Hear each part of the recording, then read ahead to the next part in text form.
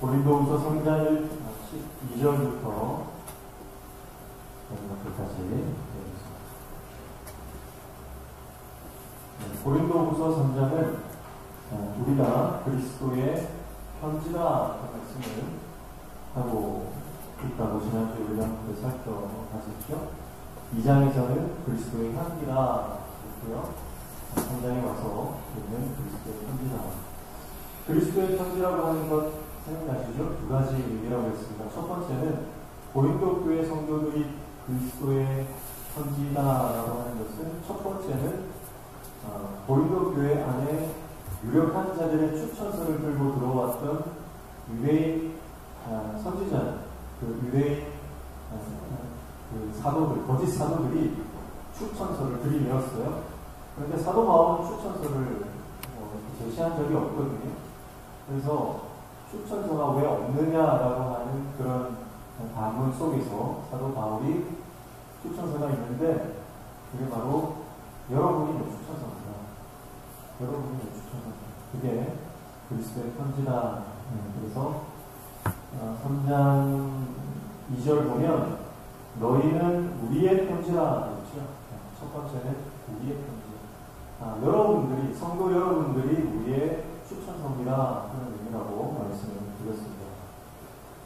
그리고 두 번째 의미가 우리의 추천서일 뿐만 아니라 바로 예수님을 드러내는 예수님의 추천서, 예수님의 편지다. 그 말씀을 하고 있는 거예요. 그래서 3장 3절에 너희는 우리로 말미암아 나타난 그리스도의 편지니 이는 먹으로 쓴 것이 아니요 오직 살아계신 하나님의 영으로 쓴 것이며 또 돌판에 쓴 것이 아니요 오직 육의 마음 안에 쓴 것이라. 이렇게 말씀했습니다. 그래서 그리스도의 편지된 삶을 고린도 교회 성도들에게 제시를 하고 그들의 정체성에 대해서 다시 한번 확인을 시켜주고 있는 것입니다. 그래서 우리가 그리스도의 편지라고 하는 확신을 가지고 오직 하나님께서만이 우리를 평가하시고 그 하나님의 평가에 우리의 만족이 있다. 이렇게 말씀을 드렸죠. 자, 그러면 편지는 내용이 중요합니다. 그렇죠? 그러면 그리스도의 편지인 고린도 교회 성도들, 당시의 초대교회 성도들이 편지라면 그 편지의 내용은 뭡니까? 그것은 율법이 아니라 은혜의 복음이다. 그래서 그 은혜의 복음이 여러분들의 삶의 내용이 되어야 된다. 그래서 이것은 사람을 정죄하고 죽이는 율법의 조문이 아니라 살리고 생명을 가져다주는 하나님의 은혜의 복음으로 우리의 삶의 내용이 쓰여져야 된다. 이렇게 하였습니다. 그래서 6절에 보면 그가 또한 우리를 새 언약의 일꾼 되게 만족하게 하셨으니 이렇게 말씀했습니다. 그래서 새 언약의 일꾼, 그리스도의 편지라고 하는 것이 다른 말로는 새 언약의 일꾼이다. 그래서 여기에서 새 언약이라고 하는 부분이죠. 그래서 이것이 고린도 교회 안에 들어왔던 유대인 거짓 사도들이 말했던 할례를 받아야 된다, 율법을 지켜야 된다, 정결법을 지켜야 된다, 그런 율법 조문이 아니라 우리는 그리스도의 은혜의 복음으로 말미암아 이 새 언약의, 옛 언약이 아니라 새 언약의 일꾼이 되었다. 그것이 그리스도의 편지의 내용이다. 이렇게 말씀을 드렸습니다. 그러면서 이어진 것이 모세 얼굴에 났던 광채, 그 수건에 대해서 말을 했어요. 그래서 옛 언약, 그것을 담당했던 모세가 그 얼굴에 빛이 났다면 새 언약을 우리가 마음에 품고 살아야 한다면 당연히 우리도 이 하나님의 영광을 보게 될 것이다. 그런 말을 하고 있었다. 이렇게 우리가 지난 시간에 살펴봤고요. 또 오늘 본문에 들어가시면 12절 보시니까 이렇게 말씀합니다. 우리가 이 같은 소망이 있으므로 담대히 말하노니 이렇게 시작하죠. 자, 그러니까 이 같은 소망이 있으므로, 이 소망이 뭐죠? 바로 진리의 복음, 이 새 언약, 은혜의 진리의 복음을 우리의 소망으로 삼았단 말이죠. 그러니까 이 소망이 있는 사람들은 사도 바울이 뭐라고 합니까? 담대히 말할 수 있다. 그렇죠? 자, 여러분, 우리의 담대함, 우리의 자신감, 우리의 모든 이 자존감의 근원은 바로 이 복음인 줄 믿습니다. 하나님의 복음, 예수 그리스도의 은혜의 복음이 우리 삶에 자신감이 되고 자존감이 되고 담대함이 되는 거예요. 근자감, 근거 없는 자신감이 아닙니다. 우리가 가지고 있는 자신감은, 우리가 가지고 있는 자존감은 이 하나님의 말씀으로부터 임한 줄로 믿습니다. 말씀의 뿌리를 내린 사람은 담대한 거예요. 말씀의 사람이 되면 담대한 거예요. 그러나 이 말씀이 내 안에 없으면 늘 흔들립니다. 바람이 불면 이리저리 흔들고 요동치는 연약한 이 나무처럼 이 뿌리가 얕으면 흔들려서 꼽히는 거죠. 배도 마찬가지입니다. 배도 밭을 단단히 내리면 고정을 시키면 그 배는 흘러가지 않는 거죠. 우리가 말씀의 뿌리를 내리고 말씀의 밭을 내릴 때에만 우리가 흔들리지 않는 견고한 신앙이 될 줄로 믿습니다. 그래서 사도 바울이 이 소망이 있기 때문에 담대히 말할 수 있다 이렇게 말씀하면서 13절 보시면 우리는 모세나 이스라엘 자손들에게 장차 없어질 것에 결국을 주목하지 못하게 하려고 수건을 그 얼굴에 쓴 것 같이 아니하노라 이렇게 말씀하고 있죠. 그러니까 빛나는 얼굴을 보지 못하도록 수건으로 가렸다. 여러분 생각해 보십시오. 모세가 십계명을 받고 내려올 때 얼굴에서 빛이 났잖아요. 모세가 대머리라서 빛이 나요. 모세가 하나님의 영광을 보고 하나님의 그 말씀, 십계명을 가지고 내려올 때 하나님의 그 영광 때문에 모세 얼굴에서 빛이 났어요. 그런데 여러분, 모세가 이제 백성들이 모세 얼굴을 보고 두려워서 모세가 수건으로 얼굴을 감쌌는데, 그러면 모세가 얼굴을 가린 겁니까? 아니면 백성들이 그들의 눈을 가린 겁니까? 어떻게 해석해야 되죠? 모세가 얼굴을 가렸지만 그것이 모세 얼굴의 영광 때문입니까? 아니면 백성들의 죄 때문입니까? 백성들의 죄 때문입니다. 어떤 왕이 가는 길마다 비포장도로를 가기가 싫은 거예요. 발에 흙을 묻히기가 싫은 거예요. 그래서 신하를 시켜서 가는 곳마다 가죽을 깔아버렸어요. 가는 곳마다 가죽을 들고 가니까 까는데요. 너무 힘들잖아요. 그리고 신하 중에 한 명이 그 가죽으로 신발 만들었어요. 신발을 신고 다니면 흙이 안 묻지 않습니다. 이게 적절한 예가 될지 모르겠지만 비슷한 거예요. 모세의 얼굴을 가렸지만 그것은 모세의 얼굴의 영광 때문이 아니라 백성들 전체에 있는 그 죄악 때문이거든요. 그러니까 모세의 얼굴을 보지 못하는 백성들의 죄악 때문에 영적으로 보면 그 백성들의 그 영적인 눈을 수건으로 가린 것과 같은 거예요. 그러니까 그런 모든 사람을 가릴 수 없기 때문에 모세 한 사람을 가린 것이잖아요. 그러니까 수건으로 가린 것은 궁극적으로 보면 백성들의 죄를 가린 것이다 이렇게 볼 수가 있어요. 보십시오. 그런데 정말 아이러니한 게 뭐냐면 14절에 그러나 그들의 마음이 완고하여 오늘까지도 구약을 읽을 때에 그 수건이 벗겨지지 아니하고 있으니 그 수건은 그리스도 안에서 없어질 것이라 그렇게 말합니다. 자, 여기에서 오늘날까지도 수건이 벗겨지지 않은 사람이 누구라고 말합니까? 여기서 지금 수건이 벗겨지지 않은 사람 누구예요? 모세가 아니라 우리 아닙니다. 그러니까 모세가 수건으로 얼굴을 가렸지만 영적으로 봤을 때는 하나님의 영광을 보지 못하는 그들의 죄악 때문에 백성들이 다 수건으로 가는 거예요. 이 수건이라고 하는 것은 가림막이라고 보면 되고요. 그 모든 영적인 가림막들이 지금 고린도 교회 성도들이나 유대인들이나 또 지금 오늘 우리가 살아가는 우리에게도 이 수건이 있을 수 있다. 이 수건으로 가려놓고 성경을 읽으니까 그 성경이 깨달아집니까? 안 깨달아지는 거예요. 15절 보세요. 오늘까지 모세의 글을 읽을 때에 수건이 그 마음을 덮어두다.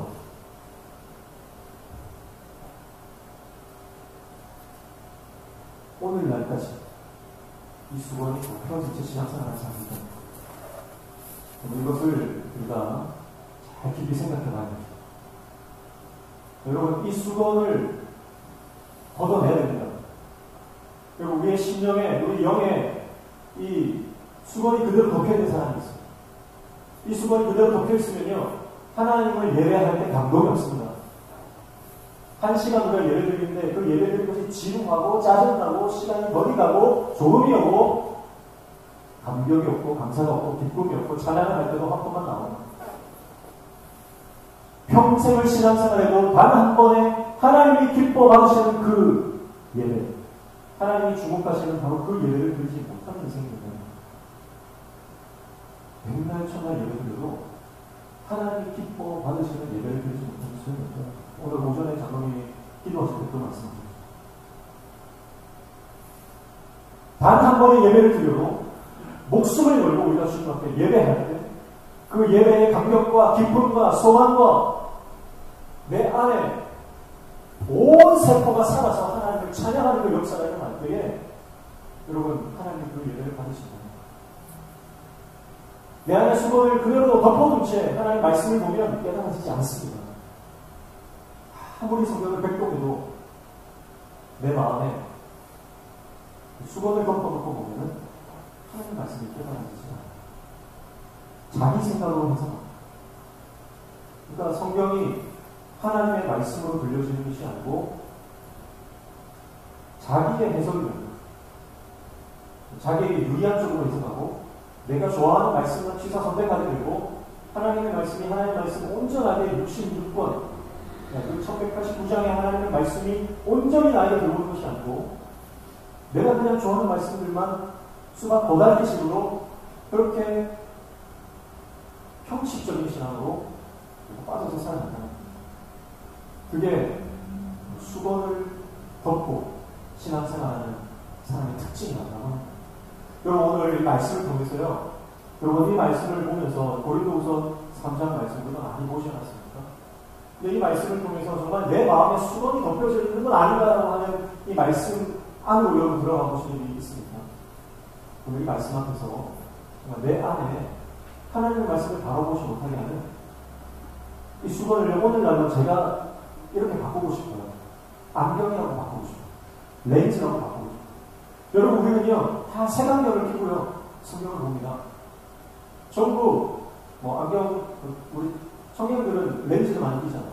컨택트 렌즈를 끼워가지고요, 안경이 불편하니까 렌즈를 끼고 많이 보는데, 그 렌즈에 뭐가 끼어 있다든지, 우리가 안경 렌즈에 색깔이 끼어 있다든지, 다른 게 묻어 있으면요, 사물이 제대로 보이지 않습니다.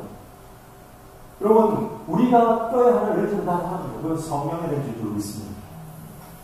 성령의 렌즈를 끼고 성령께서 해석해 주시는 하나님의 말씀을 깨닫지 않으면 우리가 가지고 있는 경험이나 지식이나 우리가 가지고 있는 철학이나 내가 최근에 배워왔던 지식들이 하나님의 말씀을 왜곡되게 해석하게 한다는 거예요. 왜 이단들이 생깁니까? 자기 경험과 자기 철학과 자기 생각의 렌즈를 끼고 하나님의 말씀을 보니까 하나님의 말씀이 하나님의 말씀으로 보이지 않고 하나님의 말씀을 자기의 사적인 사사로운 이익을 위해서 하나님의 말씀을 도구로 이용하게 되는 것이죠. 여러분, 오늘 우리도 다르지 않습니다. 우리에게 우리가 악한 마음이 있고요. 우리 안에 그렇게 하나님의 말씀을 온전히 해석하지 못하게 하는 잘못된 나의 생각과 내 주장과 내 고집과 내 철학이 있다는 거예요. 이거 다 벗어야 됩니다. 이게 수건입니다. 이 수건을 다 벗어야 됩니다. 이 렌즈를 다 벗어버려야 됩니다. 이것을 벗지 않고 내가 신앙생활하면요, 하나님의 뜻대로 갈 수가 없어요. 하나님이 원하시는 삶으로 살아갈 수가 없습니다.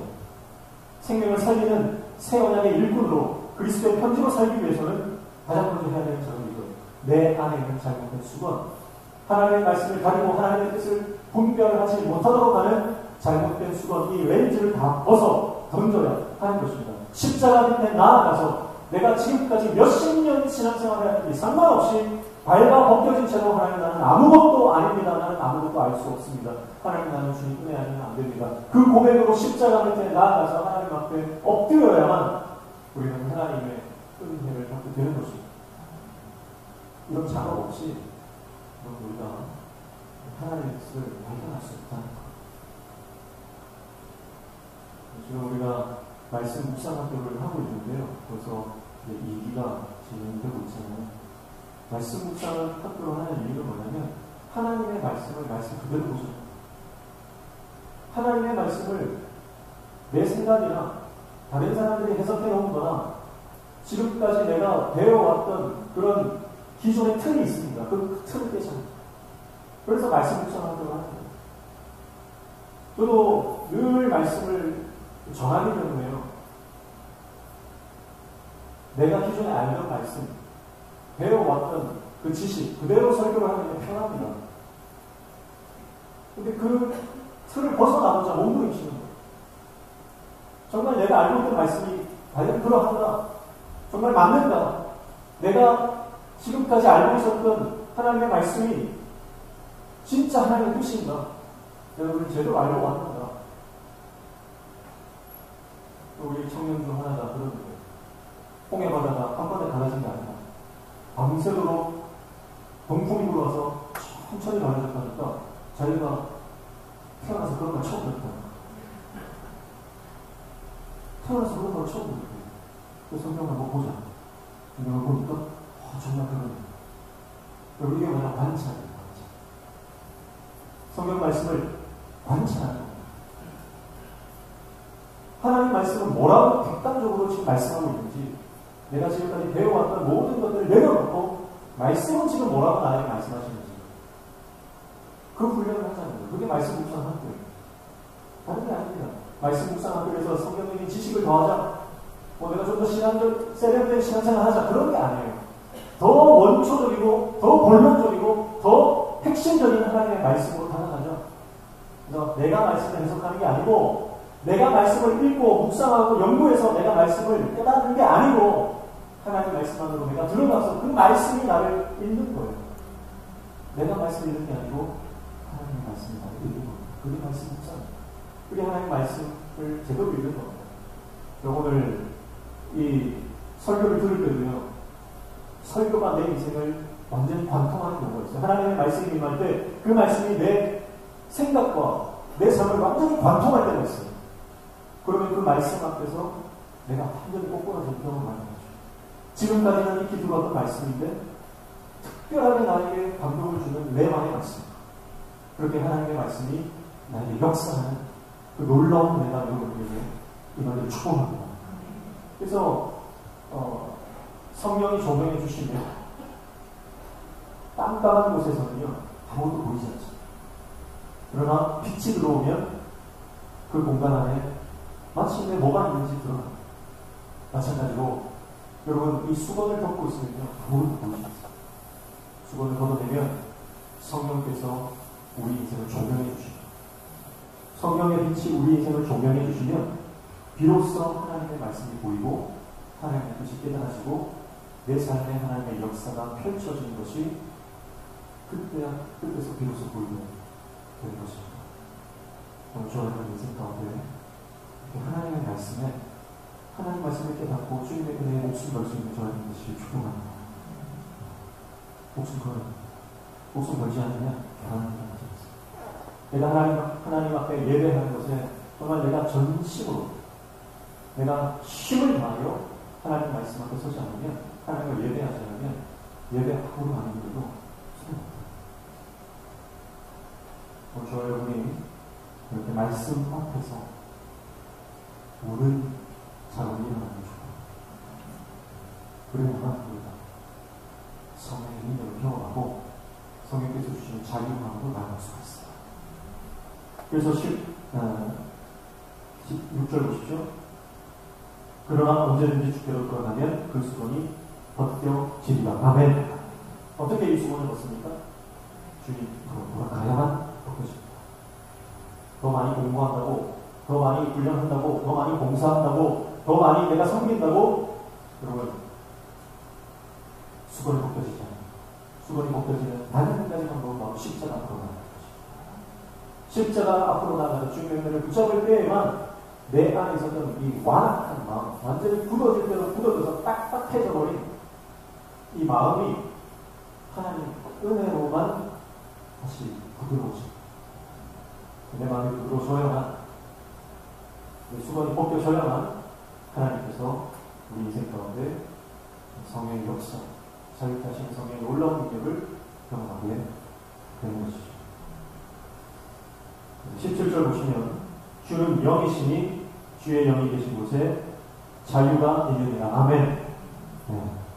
그래서 주의 영이 계신 곳에 자유함이 있다. 이렇게 말씀하고 있죠.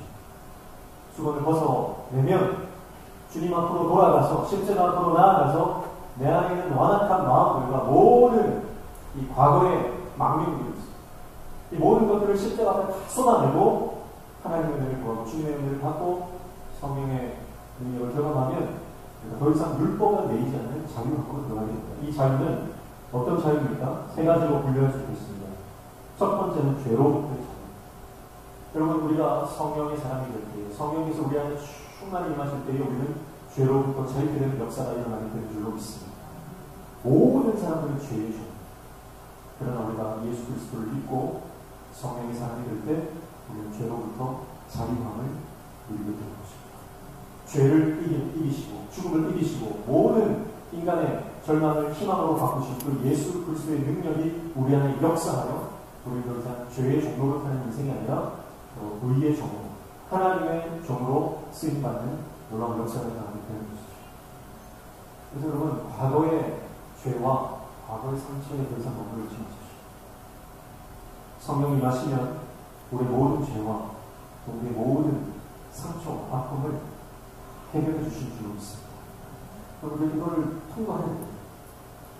반드시 우리가 이 모든 죄로부터 해방되고 또 과거의 모든 아픔과 상처와 모든 우리 교만의 쓴뿌리로부터 자유케 되는 이 자유를 맛봐야 됩니다. 저는 우리 모든 성도님들이 이 자유를 누리시길 축복합니다. 여전히 내가 신앙생활을 하는데 내가 이 죄를 이기지 못해서 여전히 내가 마음에 물려서 살아가는 분들이 있어요. 여전히 물려서 살아가는. 그러나 더 이상 이 죄는 우리를 정죄할 능력이 없는 줄로 믿습니다. 주님 안에 자유가 있습니다. 이 자유를 누리는 저와 것을 축복합니다. 죄로부터 첫 번째 자유케, 두 번째는 율법으로부터 자유케 되는 것이죠. 그래서 모든 형식과 모든 악한 전통과 모든 잘못된 권위주의와 모든 것들을 자유. 율법으로부터 자유가 있어요. 근데 여전히 이 율법에 매여 있는 거예요. 고린도 교회 성도들 안에 들어온 이 율법주의자들. 이들은 여전히 율법에 매여서 율법이 가리키고 있는 궁극적인 그 마지막 메시지는 누구십니까? 예수 그리스도 아닙니까? 근데 여전히 예수 그리스도를 발견하지 못하고 율법 조문 그 자체가 매여 있는 거예요. 그러니까 자유한 게 없어요. 여전히 수많은 각가지 음식법과 정결법을 지켜야 되고요. 안식법을 지켜야만 구원받을 줄 아는. 그러나 예수 그리스도만 믿으면 구원받는 이 놀라운 은혜 안으로 들어가는 거죠. 그게 성령이 오실 때 주의 영이 계신 곳에 임하는 놀라운 주장을 하는 거죠. 모든 형식과 모든 학습으로부터 잘못된 모든 시스템으로부터 자유하시기를 축복합니다. 그러니까 사도 바울도 담대한 거예요. 이 은혜의 율법 안에 있기 때문에 담대한 거죠. 세 번째는 세속적인 모든 조건으로부터 자유케 됩니다. 사도 바울은 추천서가 없어요. 그래도 자유가. 난 추천서 없다. 그것 때문에 매이지 않아요. 그것 때문에 매이지 않습니다. 많은 사람들이 추천서를 가져와서 글이 들지만 사도 바울은 그 추천서 때문에 매일의 삶을 살지 않는 거예요. 외적인 조건, 많은 사람들의 시선, 환경과 여건, 형편과 처지, 그 모든 상황으로부터 자유케 되는 자유가 있다는 거예요. 우리 저와 여러분이 이런 모든 외적인 환경과 여건으로부터 자유한 인생 되시기를 축복합니다. 돈이 많고 적음이 우리를 구속할 수 없습니다. 내가 건강하든 내가 병을 가지고 있든 주님 안에서 자유입니다. 그게 하나님 주신 자유. 이 자유를 누리시기 축복합니다. 그러나 우리는 이 모든 외적인 조건들이라고 하는 이 것에 얼마나 얽매여서 살아가죠. 그래서 우리가 여기로부터 자유하지 않으면 진정한 하나님의 자유를 누리죠. 그래서 명심하고 날마다 성령 안에서 자유를, 참된 자유를 맛보는 인생 되시기를 축복합니다. 18절 보니까 우리마다 수건을 벗은 얼굴로 거울을 보는 것 같이 주의 영광을 보매 그와 같은 형상으로 변화하여 영광에서 영광에 이르니 곧 주의 영으로 말미암음이니라. 이렇게 말씀하죠. 그래서 성령께서 우리를 하나님의 영광 안으로 이끄신다는 것. 성령께서 우리를 그분의 영광 안으로 들어가서 그분의 영광을 누리면서 살아가는 인생으로 우리를 변화시키신다. 그 말씀입니다. 그래서 우리가 주의 영광을 보내야 되겠죠. 주의 영광을 본다. 주의 영광을 볼 때에 그러니까 결국 우리의 시선이 바뀐다는 거죠. 땅의 영광이 아니라 하나님의 영광을 바라보고 이 땅에 있는 것들이 아니라 하늘에 있는 것들을 바라보며 땅에 속한 자가 아니라 하늘에 속한 자로 어떤 화려해지는 놀라운 역사가 하나님의 성령이 임할 때에 우리 안에 일어나는 변화가 나는 것을 보게 되는 것입니다. 그래서 어디에 목숨을 걸어야 될지 아니면 어디에 목숨을 걸고 어디에 내가 시간을 투자하고 내가 무엇에 나의 정성을 쏟아야 하는지 분명해집니다. 하나님의 영광을 받고 있습니다. 필리핀 천막교회 보셨지 않습니까? 그 아이들이 그 찜통 더위 속에서 예배를 3시간씩 드립니다. 예배를 3시간씩 드립니다. 그날은 너무 더워가지고 그 선교사님이 15분 예배를 끝이 나시려고 하니까 애들이 이렇게 빨리 예배 마시면 안 된다고. 그 반성 듣지 않았어요.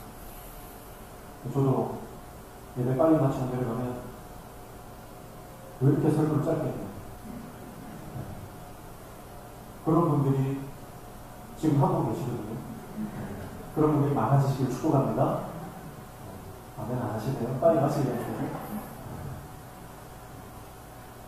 그러니까 우리가 드리는 이 예배가 사실은 시간이 중요한 것이 아니고 정말 내가 전심으로 내 생명을 다해 하나님을 예배를 하는 거예요. 그러니까 어디에 내 나의 시간과 나의 건강과 나의 물질과 내가 가진 모든 것을 내가 어디에 써야 하는지를 하나님의 영광을 경험하고 그 영광을 체험한 사람은 분명히 받게 된다는 것이죠. 사랑하는 성도 여러분, 오늘 우리에게 주어주신 모든 시간과 여건과 환경과 나의 건강과 재물 가지고 주님의 영광을 위해서 쓸 수 있는 하나님의 주심을 축복합니다. 그래서 오직 예수 안에서만 우리 안에 있는 하나님의 영광을 가리고 하나님의 말씀을 가리는 여전히 율법 가운데 남아있게 하고 여전히 과거의 전통에 머물게 하는 그 수건, 그 가림막이 오직 예수 안에서만 사라진다. 그리고 하나님과의 친밀한 관계로 이끌 수 있다고 하는 거죠. 이 수건이 거쳐져야, 이 장막이 거쳐져야만 우리가 하나님께 나아갈 수 있어요. 여러분, 그러니까 이것은 영적인 의미에서 하나님께서 예수 그리스도가 십자가에서 달려 돌아가실 때에 성전의 휘장을 찢어 놓으셨던 것처럼 우리 안에도 하나님과 나 사이를 가로막고 있는 작은 휘장이 있는 거죠. 그것이 수건입니다. 그 장막이 하나님이 이미 하나님께로 나아갈 길을 만들어 놓으셨는데 우리는 스스로 또 내 안에 그 휘장을 쳐놓았다는 거예요. 커튼을 쳐놨다는 거예요. 그 수건을 찢어버려요. 그리고 하나님과의 친밀한 교제, 인격적인 관계 안으로 들어가서 그분과 연합하여 예수 동행하는 삶을 살아가라. 이렇게 말씀하고 있는 것입니다. 성령께서 오늘 우리에게 오셔서 우리 안에 있는 모든 하나님께로 나아가는 것을 가로막는 모든 장애를 제거해 주실 줄 믿습니다. 그래서 우리가 그 성령님을 초청하셔요. 성령님을 내 안에 모셔서 성령님 오십시오. 성령님 내 안에 오셔서 내 안에 있는 모든 헛된 것들, 주님께로 나아가는 것을 방해하는 모든 장애, 모든 그 휘장을 모든 그 커튼을, 모든 수건을 내 안에서 제거해 주십시오. 성령님의 도우심을 구해야 합니다. 성령님의 도우심을 구하고 성령님 내 안에 오셔서 역사하시면 내 안에 있는 상황이 거쳐진 역사가 일어나게 될 줄로 믿습니다. 그래서 성령 안에서 우리는 죄로부터 자유함을 얻게 되고 모든 율법으로부터 해방되며 우리 안에 모든 외적인 조건, 환경으로부터 자유하여 그 환경을 초월하여 하나님을 경험하는 인생으로 우리는 살아가게 되는 줄로 믿습니다. 죄로 인한 심판에서 자유케 되고 하나님과 원수된 관계에서 회복되는 놀라운 경험을 우리 성령 안에서 하게 될 것입니다. 그리고 하나님은 우리를 그 하나님의 영광스러운 미래로 우리를 이끌고 가실 겁니다. 그리고 그 하나님과 연합하여 하나님과 동행하는 삶을 살면요, 하나님과 소통하는 삶을 살게 되면 결국은 내 옆에 있는 사람과의 관계가 행복해요. 하나님과의 관계가 행복되면 다른 사람과의 관계도 행복될 줄 믿습니다. 여전히 용서가 안 되는 사람이 있어요. 여전히 저한테도 그런 사람이 합니다. 여전히 용서가 안 돼요. 여전히 마음, 생각만 해도 마음이 힘듭니다. 그 친구만 생각하면 마음이 무거워. 그러나 주님 안에 있습니다. 성령이 우리 마음을 만져주시고 우리가 하나님과의 관계가 행복되면 그 해결되지 않을 것 같은 나의 깊은 상처, 인간적인 관계까지도 하나님은 회복시켜 주시는 줄로 믿습니다. 내 마음의 변화가 일어나니까 회복될 뿐만 아니라 실제적인 관계 행복도 하나님께서 허락해 주실 줄로 믿습니다. 그걸 꿈꾸시고 하나님의 영광스러운 일로 초청되어 그분과 동행하는 인생이 되시기를 축복합니다. 그래서 감사와 기쁨이 넘치는 삶은 결국은 내 안에 있는 그 수건을 벗어던질 때만입니다. 그래서 하나님과의 온전한 관계를 회복하고 그 관계 안에서 내 옆에 있는 지체들을 사랑하고 축복하고 용서하고 끌어안을 때에 우리는 하나님의 교회가 아름다운 공동체로 회복되어지는 역사를 보게 될 줄로 믿습니다. 사랑하는 성도 여러분, 우리 안에 하나님의 영광이 가득함을 축복합니다. 주의 영이 계신 곳에 자유함이, 오늘 우리 공동체가 하나님의 성령이 강력하게 역사하셔서 모든 성도들이 교회에 나오면 엉눌렸던 것들이 자유케 되어지는 그 놀라운 역사를 경험하는 공동체들을 축복합니다.